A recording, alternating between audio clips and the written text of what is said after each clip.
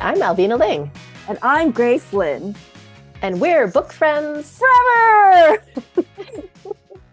We're childhood friends, Who grew up to be a children's book editor. and an author and illustrator. Yay! Welcome to Book Friends Forever. This is the Nature versus Nurture episode. And check out our website, bookfriendsforever.com, and our Instagram handle at bookfriendsforever_podcast. Alvina, how have you been?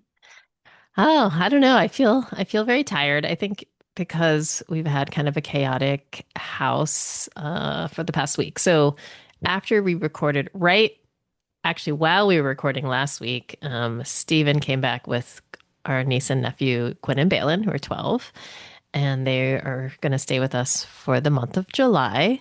And then, yeah, so we hung out over the 4th of July weekend, doing various things. We didn't go and watch it. It was such a heat wave last weekend, so it was actually not really safe to go outside for very long. So we mostly did indoor things, but uh, Quinn and I went to go get a mani-pedi, so that was fun. And then we watched a lot of World Cup, so it was nice that that was going on.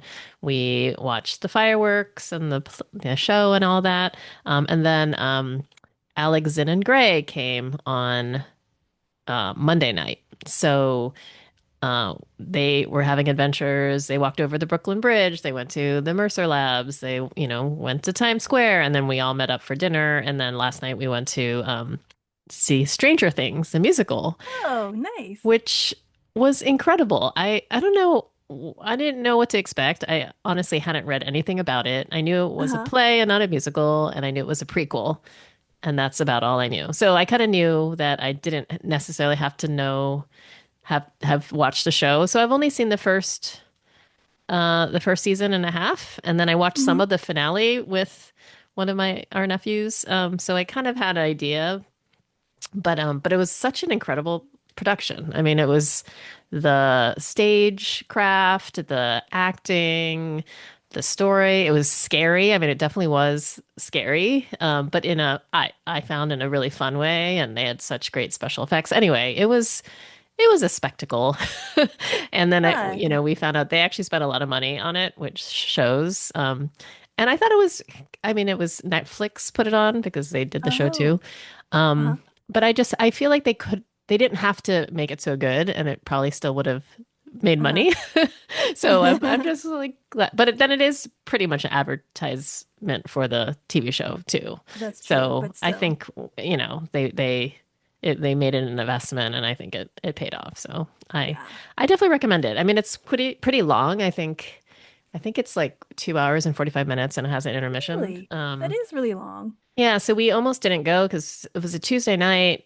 I thought, oh, maybe we should pick a different one. But the kids really wanted to see it because they're all fans of Stranger Things, and so we went. There weren't a ton of kids there, I think, because it was a random Tuesday night and it went late. Maybe kids go to the matinee, and also it's scary. So I think it's probably more for teenagers and above. But I definitely recommend it. Cool. Um, and then, so everyone left actually today. I mean, Quinn is still here. Balin ended up, I think I mentioned this before. He tends to be um, kind of a homebody, and he gets homesick. So he decided Mhm. he wanted to go home. Um, and so his father came and picked him up. So now we just have Quinn, who has stayed here a lot. And she was like, "Can I stay?" I feel like she would stay with us forever if she could, because she's in a house full of three brothers normally. And, I think she Mm, really likes the attention, and, so yeah. she's really comfortable here. But so it's nice. And we'll have adventures with Quinn. We already, Nice. made plans to see the new live action Moana movie on Friday. Oh.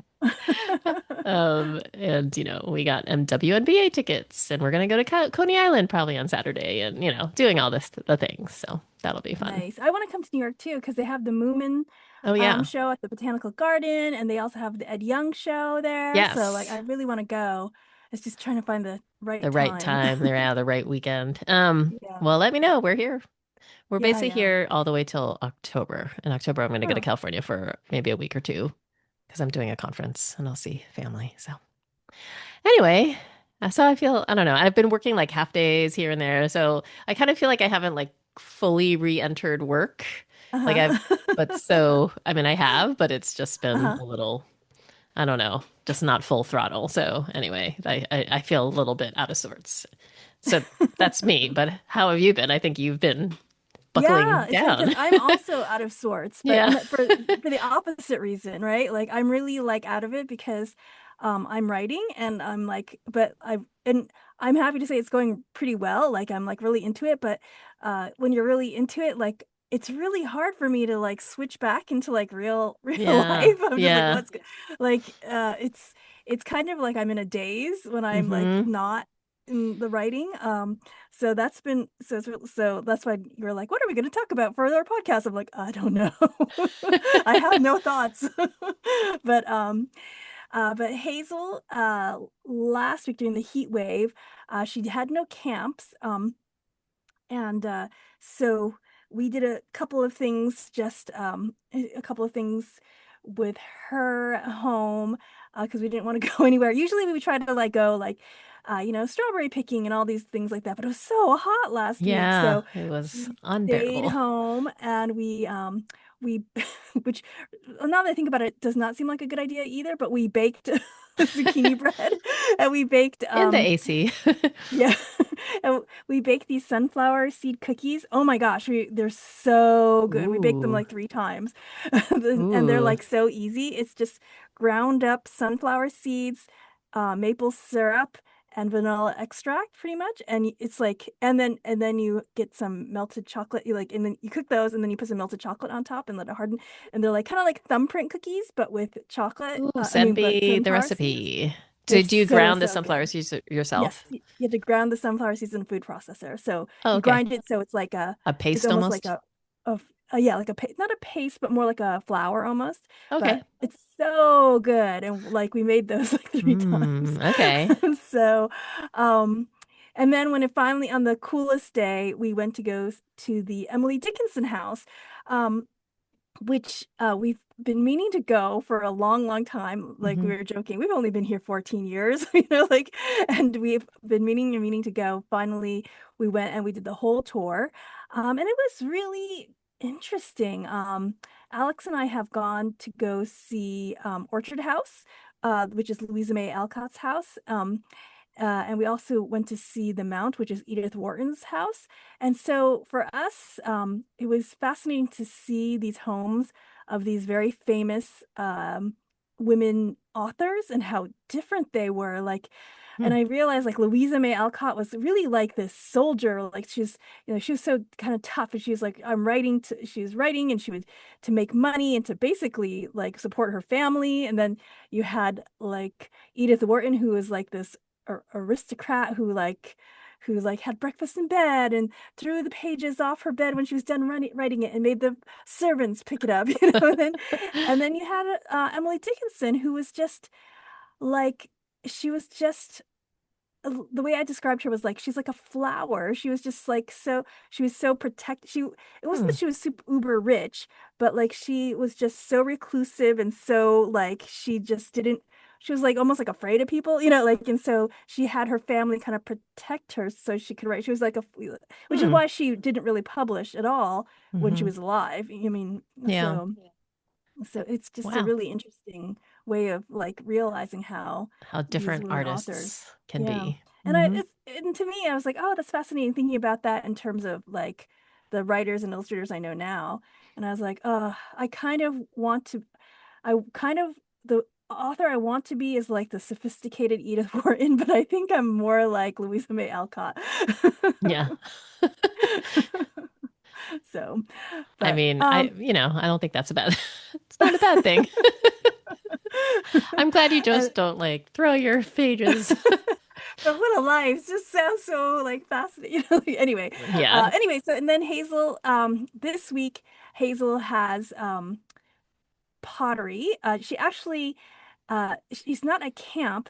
The potter camp she usually goes to didn't fit in our schedule, but she missed it so much. I called the teacher and asked if she could just have kind of like private lessons for the week. And so, Hmm.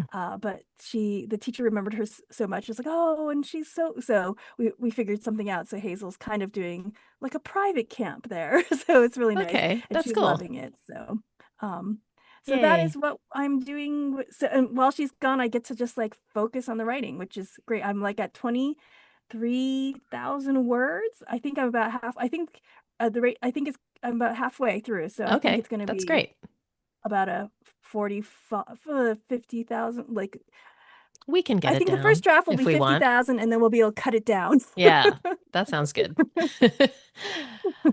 I Great. know Well, I wanted it to be a thinner book. yeah, I think 40,000 is a good goal. I think that can be our Yeah. goal together. Yes. Okay, so, as Grace, as you said, we kind of were realizing like, oh wait, we're recording today. What is our topic? You usually try to come up with topics beforehand, but we both just been kind of out of it. So, anyway, this is a topic, nature versus nurture, that honestly is a topic that I've discussed over the years just because I'm interested in it. But especially recently with, as I mentioned, so, Stephen is an identical twin. And so that's the nature, looking at the differences and then seeing the differences between him and his twin brother Dave, and then also at the differences between their biological children. So Zen and Gray are Stephen's biological children, but they were raised by Alex, pretty much as a single mom. Whereas, Dave's kids like are being raised in New Jersey, with in a family of four, and and we've just been interested in seeing the both the differences and the similarities between all the kids because technically Zin and Gray are biologically half siblings to Balin and Quinn and Granger and Archer. And I mean it's not so I guess to couch nature versus nurture, I looked up the Wikipedia page, and so for those of you who are not familiar or want a refresher, basically it is this is from Wikipedia, a long-standing debate in biology and society about the relative influence on human behavior of the genetic inheritance or biology, which is nature, and the environmental conditions of their development, which is nurture. Nature is what people think of as pre-wiring and is influenced by genetic inheritance and other biological factors, and nurture is generally taken as the influence of external factors after conception. So, I mean, I think of it as like, oh, your parents and what school you went to and like what you're taught and your environment and all of that. I think that the general consensus is that, of course, it's both. um, but I kind of like thinking about and seeing like the differences. So they've done a lot of twin studies. So especially it's very helpful with identical twins because then they have pretty much the same uh, nature. Um, and so they study identical twins who have been separated. And then they find like which traits are kind of more, you know, more popular or more, common. So, of course, things like eye color and blood type and stuff, that is a high heritability. Um, but it's interesting, like something I think about a lot is religiosity, like Hmm. whether or not, and that they find that that has like a medium heritability. So Hmm. it's like fairly like common for, identical twins separated at birth to like have similar, religious beliefs. Hmm. Not necessarily about the specific religion though, because of course that's like if you are adopted by a Christian family, you're going to be Uh-huh. raised Christian. But whether or not like you have faith and that you actually believe it, you know, Uh-huh. It's kind of versus like not agnostic or atheist. addictive tendencies versus non-addictive Yeah, tendencies, spirituality right. versus non-spirituality. Interesting. Yeah. And then like cognitive functions. So actually, it seems that studies show that like intelligence actually has a pretty high nature. Huh. They said that it's a 57% um, variability in cognitive functions. Whereas like I think environment they said is like 25. I don't know exactly what these Huh. percentages mean, but I think it's like it's a little bit of a higher correlation of and I think of course I believe in growth mindset and I do feel like you can improve your intelligence and change and I think that is true, but it seems like you kind of start at a similar baseline to start, Hmm. which is interesting. Although Well, I they mean, it's kind of like the talent thing, right? right. Um, which is interesting. I was having a conversation with Hazel about talent recently, and she was saying because we were talking about the growth mindset too, and she's like, well, to me, talent is just how fast you can learn something. Yeah. She's like, if you're talented, it just means you are able to learn it faster. If you're not as talented, it doesn't mean you can't learn it. It just means you to learn it a little bit slower, and it's just going to take you longer. And I was like, oh, I guess that's true.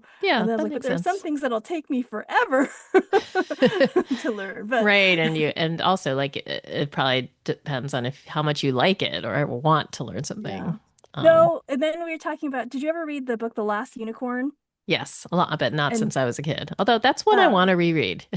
oh, because if you remember in that book, the wizard in that book, he's basically granted immortality by his master because he is such a bad wizard, or he's just a magician, like he's Hmm. shows no propensity at all. And he's like, you are the worst magician that, and I think it's kind of like, I'm giving you immortality because that's how long you're going to need to learn how to become a good Yeah, magician, to learn how to do that. And in the end he becomes like and the incredible. the magician, the incredible magician that he is. Oh, I think that's interesting because that question of like what superpower would you want, and then sometimes I want to be able to freeze time so that in a way you have well I always think oh so I can sleep more but also you can learn more like if I could freeze time and have all the time in the world I could learn all the languages I Like could Groundhog's Day. right exactly I could learn how to make an ice sculpture using a chainsaw. Yeah, you just if you just have time. So this there was a study that says twin studies show that identical twins raised separately are highly similar in IQ, more so than fraternal twins raised together, and much more than adoptive siblings. Um, and then they also talk about it in terms of personality. So, identical twins reared apart are far more similar in personality than randomly selected pairs of people. Likewise, identical twins are more similar than fraternal twins. Also, biological siblings are more similar in personality than adoptive siblings. Um, so Stephen and Dave are very different in terms of their personality. Like, I think they kind of have similar temperaments, I would say, but they have different. Oh, and they're I mean, they are probably more similar than different, though. Is what I'll say, Hmm. and they're more similar to each other than they are to their older brother. So that definitely makes sense. Um, Hmm. I might have talked about this before, but so Zin is Stephen's biological son, and but he didn't raise him. He was in his life, but maybe seeing him a couple times a year. But we find all these weird similarities, and when we went to Spain together they just they walk the same way like the way they walk down the street is similar and that's it's maybe they have similar builds and that's why like their legs are somehow similar and that's why they walk the same but it's definitely not that Zin has observed how Stephen walks and Huh. so that's definitely nature. They have very similar tastes in music. I Huh. think so. A couple years ago, Stephen had discovered Noah Kahn and really loved his music. And then we happened to be visiting in Decatur, and we asked Zin, "Oh, like who's your favorite singer?" And he said, "Oh, I really love Noah Kahn." And that was before Noah Kahn was huge. And we're like, Uh-huh. "What? Like that's so random." So yeah, we're finding out. And then they have similar like Zen has similar kind of like childhood adolescent tics that Stephen had when Hmm. he was a kid. So there and it's kind of similar anxieties. So Uh-huh. yeah, it's kind of interesting to see that. That is interesting. But then again, they're also so we've also observed. So Alex is a very probably her parenting style is more similar to what I was used to growing up. Like she's very much on top of like what they're eating. She's like um, you know, very much prioritizing schoolwork and things Hmm. like that. And then I think like Dave and Nick, you're a little bit more kind of free range parents. Like Hmm. I think they're very involved and like helps with activities and but I think they're just not as strict about things. And so it's interesting to see how I think as these two like sibling groups get older, how they will start to differentiate more, I think. Hmm. Um, but yeah, it's just we have these little Yeah, studies. it is interesting because I think about like when I was younger, I feel like my parents were very much about like studying and grades and I remember getting like really worked up about grades and like, oh, it's got to be like an A plus, blah blah blah, and like feeling very, very anxious about it, right? And Hmm. so Alex and I are like almost the opposite about grades with Hazel, like, whatever. But it's strange because she's the one who's Mm. like, oh, I have to get it. It's like she's the one who's like really um uh like I remember I think I might have told this story before. This was when she was like in seventh grade and she wasn't able to get her homework done because of some Girl Scout thing. And I was like, don't worry about it. Like, nobody will care. And she's like, I care. Oh, She was like, wow. and I was like, oh, okay. And I realized like that was like the wrong tactic to take, that like, it's not a big deal. It's like a big deal to me. And I was like, okay. And so where do you think, I guess it's not nature or nurture, Yeah, oddly. Like, I don't know, that's it's what I was just trying. her own personality. Or is But it then I was friends thinking, influence? yeah, but then I was thinking, I am like that about certain things, Mm, yeah. like things that I care about. So it doesn't So so she cares, obviously cared about that. And that's yeah, why. so Yeah. um so it's yeah, but at the same time it is interesting, like she also has this thing where um she doesn't like to, like right now she likes to listen and watch people play chess Hmm. online, right? Mm-hmm. And I was like, well, why don't you join the chess club, or why don't you play chess with? She's like, no, no, no, I don't want to. And I was like, why not? She's like, I need to learn about it and be good, and like I don't want to Mm, play anybody until I'm good at it. Like she's mm. like, I don't want to play anybody and be incompetent. Like that was her big thing. Like I don't want to be incompetent about it when I play. And I was like, but that's how you get better. She's like, no. She's like, well, I'm not ready yet. Like, and I thought Is that she was a interesting too. perfectionist, would you say? That's what I was wondering. I was like, I Mm. think, does she have, I was trying to feel that out. And I think she might have a little bit of that kind of perfectionist tendency, but which is really weird because neither Alex nor I have that at all. Yeah. And so I was like, this is so, But how about your parents or your other family? yeah, You know? my mom might. Hmm. So I'm not sure. So it's so hard to say. We've got so many layers of trauma that cover certain things. Right. Those are the external factors. I know. Yeah.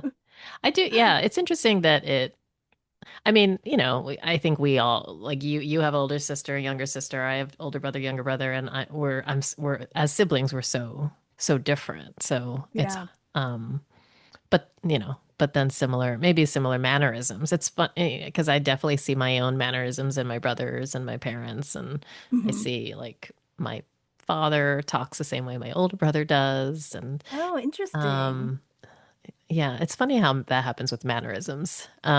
Yeah. Yeah, yeah, I can see that. Like, there's a big thing that Alex, he sighs a lot, and so Hazel sighs a lot too. Like, And then with interests, I can see it too, where so Balin and Zin are both really into soccer, and hmm. they were raised separately, and that is just their sport that they're really passionate about. And but then Zin is also really into performing, Hmm. and Quinn is very much into performing. So there's just all these similarities. But your Yeah. art, where did your art talent or interest come from? Do you think?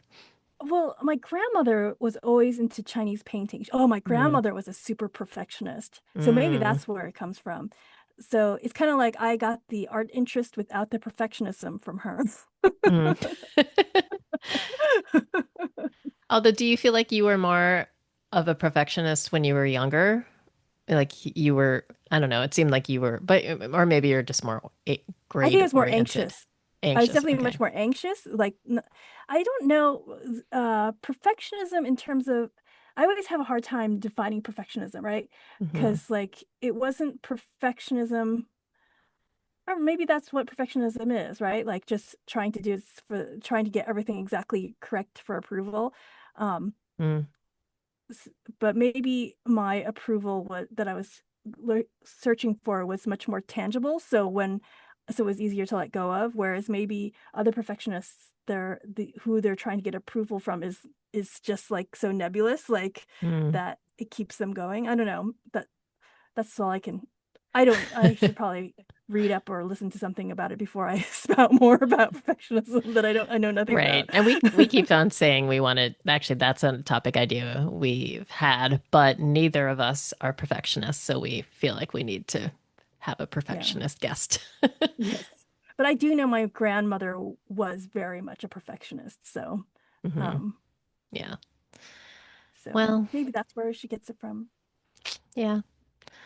Anyway, I don't know if I have anything else to say about nature versus nurture, except that I think, of course, both make a I difference. guess there's a part of me that hopes that nature is stronger than nurture, mainly because as a parent, you feel like you're always messing things up. And if it's nature, you feel like, oh, okay. Like it's Yeah. kind of like you can't blame me. That's just the way things were made. But then at the same time, there's a part of you that wants to believe that you can influence things Yeah. to a positive way. So who It's knows? so actually, like, so the other topic I had been thinking about was like to talk about parenting because, we were going to have Quinn and Balin for a whole month. And so I feel Hmm. like when it's that long, like when it's a week or a weekend, it's just more like, oh, we're the fun aunt and uncle and we're on vacation. But I feel like when it's a month, it's like we want to have rules and guidelines.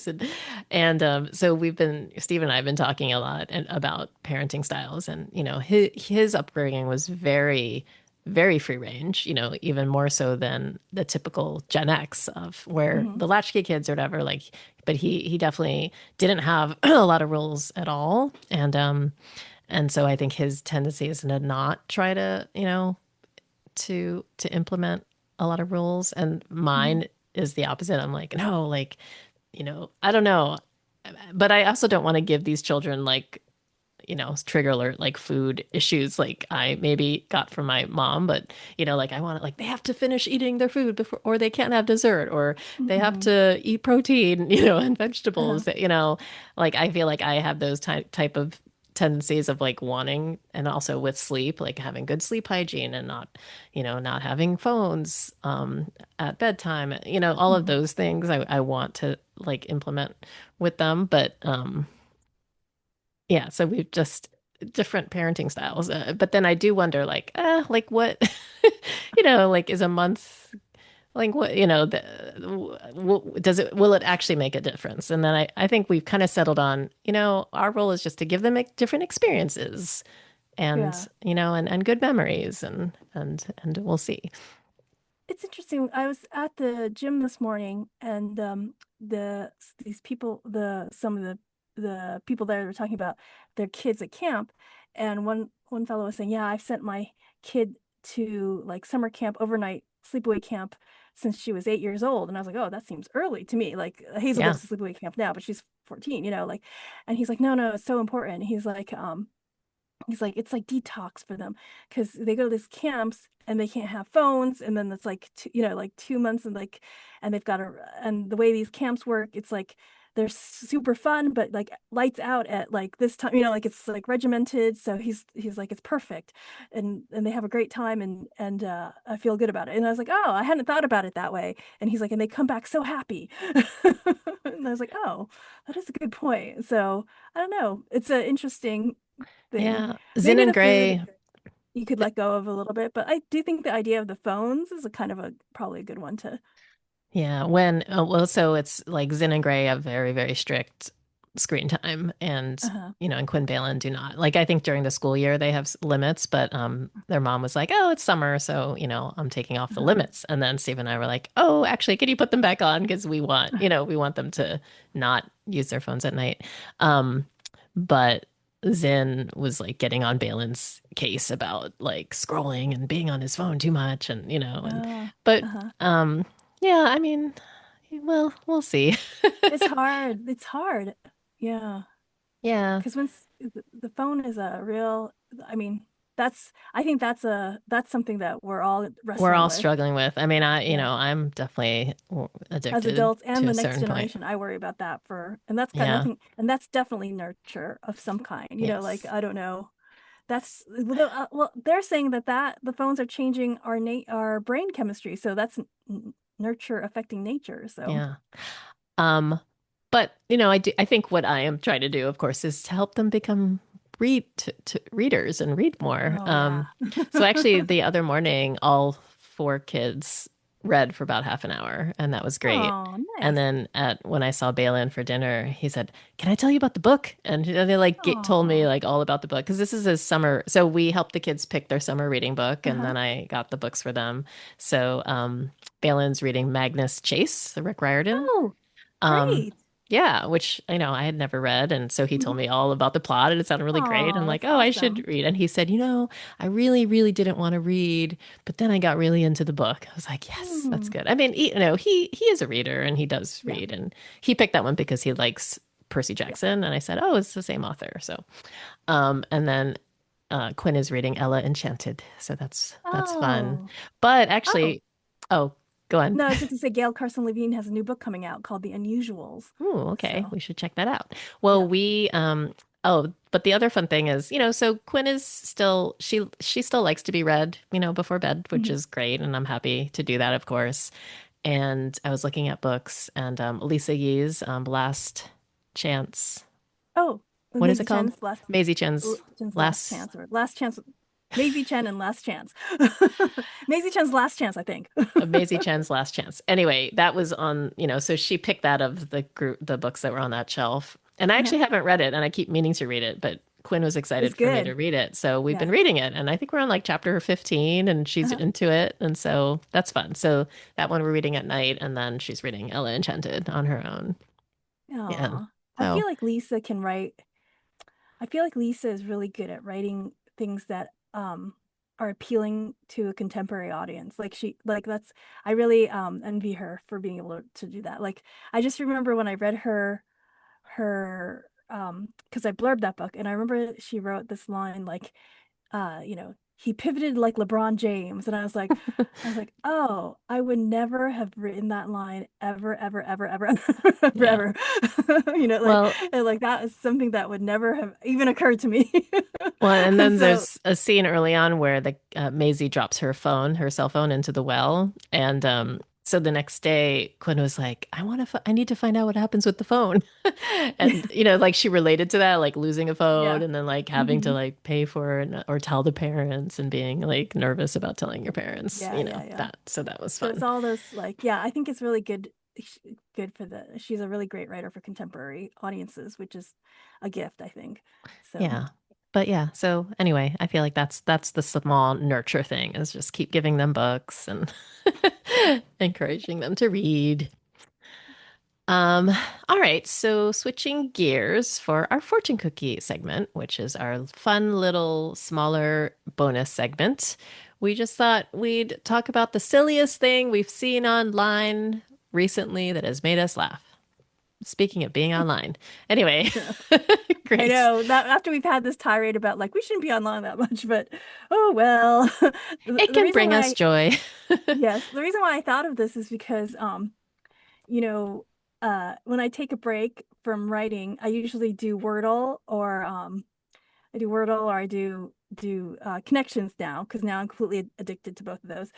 And but once in a while, even though we're all in the same house, we Alex and Hazel and I text each other silly things that we see. And and the other day I saw this and I texted them, and I just saw it and it just made me laugh so hard. I don't know why, but I just laughed and laughed. So it's this really stupid joke, and And it was just this joke that goes like this. Leave the peach cobbler in the kitchen alone, Mother said, going upstairs. But I couldn't help myself. I sneaked in and watched him make his stupid little peach shoes, taunting, "Nobody's gonna wear those." I said, "They're stupid." But on he worked. Oh And my gosh. I just laughed and laughed. I just thought it was so funny. Like, Did Alex and Hazel think it was that funny too? they thought it was funny, but they didn't think it was as funny as I did. I think they were just like, "Ha!" But I was like laughing with like tears coming out of my eyes. And like, Oh my goodness. That I mean that's cute. That's like a cute joke. yeah. Um, I okay, so mine is it's kind of a meme that there I've seen several variations on. So the first one I saw was so someone will ask someone, a little kid, grown anyway, they'll ask someone, what noise does a dinosaur make? And then, usually if it's a little kid, they'll say, roar. But, sometimes they make different sounds. And then they take the opening to Jurassic Park, where it's that big Tyrannosaurus Rex, and the Uh-huh. the sweeping music does do do do do do do do do, and then the dinosaur, turns and roars, and but they Uh-huh. instead they put the person's sound in. So then it's like roar, and it's so cute, and all the comments are like, I knew what was coming, but I still just had to watch the whole thing just to see that moment.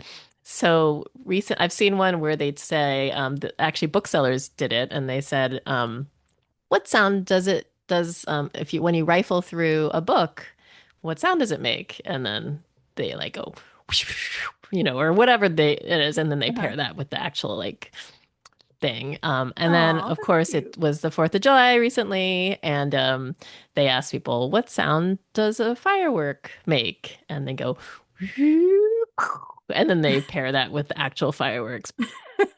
And it's very cute and it's very funny, and it always makes me giggle. So it also just makes me think like, oh, people are so clever. Like who was the first person that came up with that? And what are other sounds And the reason why I like that, it reminds me of when the internet first started, right? Like hmm when I feel like when the internet first started and we first got Facebook and email and like it was just so sweet when I think about it. Like it was Yeah. all these silly things. It was like, look what I ate for breakfast today, And Yep. like these kind of like silly things kind of remind me of that. And I was like, oh, back when we were so naive and It's and so lovely. innocent. Yeah. Yeah, when you just talk about how you're feeling and what you're eating, Yeah.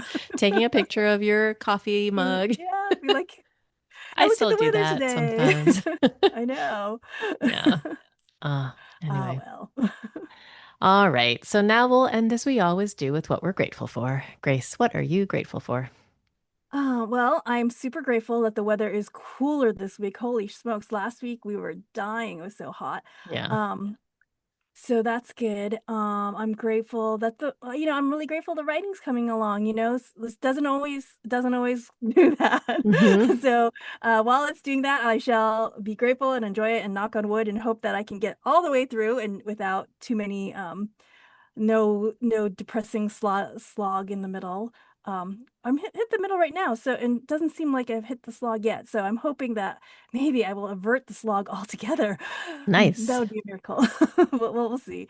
Um, I'm very and excited. oh yeah, the big thing that I'm really grateful for was I got a email from Hazel's. She's got Girl Scout camp next week. It's sleepaway camp, and they sent us this email, this emergency email said, Hazel's medical form is out of date. You need to send a new one. She needs like her new one and new one ASAP.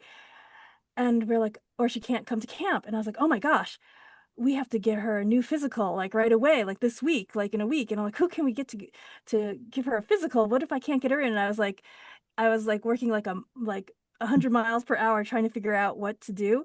And then I told Alex about it, and then he reread the email. He's like, "Oh, no, no, no. It says it's as long as it's 18 months."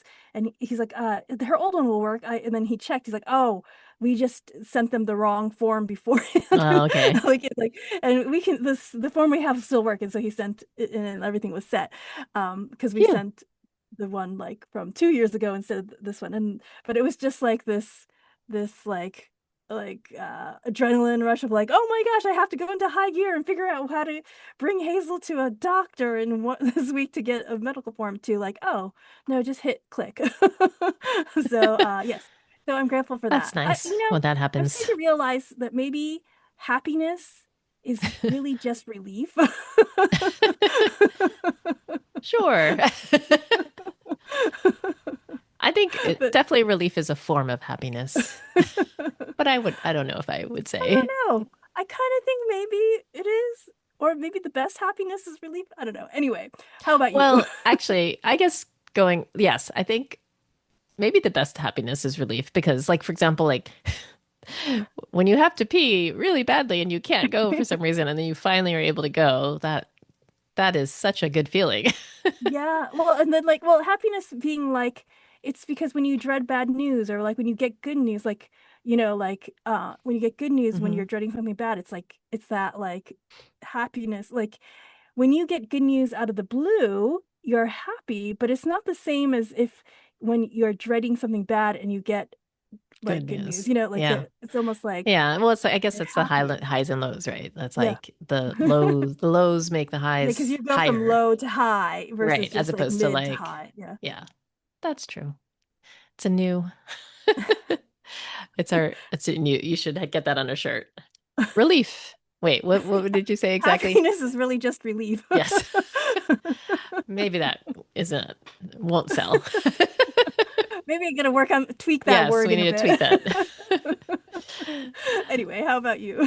Um, okay, so mine is kind of random, but I feel like I talk about sleep a lot and how I've had a lot of issues with sleep. And actually, it's come up recently because Balin has a lot of insomnia and sleep issues, and that was something we had been trying to work with him. Um, but I had learned maybe a month ago, I learned this new technique that I think it was a newsletter that I subscribed to, and I linked this article at with Time Magazine, and they shared this technique, which is similar to something I've shared before, but it's called cognitive shuffling.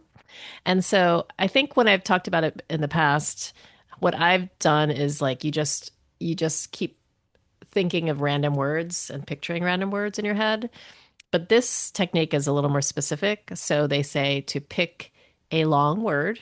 So, for example, recently, because it was 4th of July, I picked the word independence. And then you go through the letters of that word. So, and then you picture something, and then you actually really picture it in your head, something that starts with the letter I. And then you work your way through the letters of the word.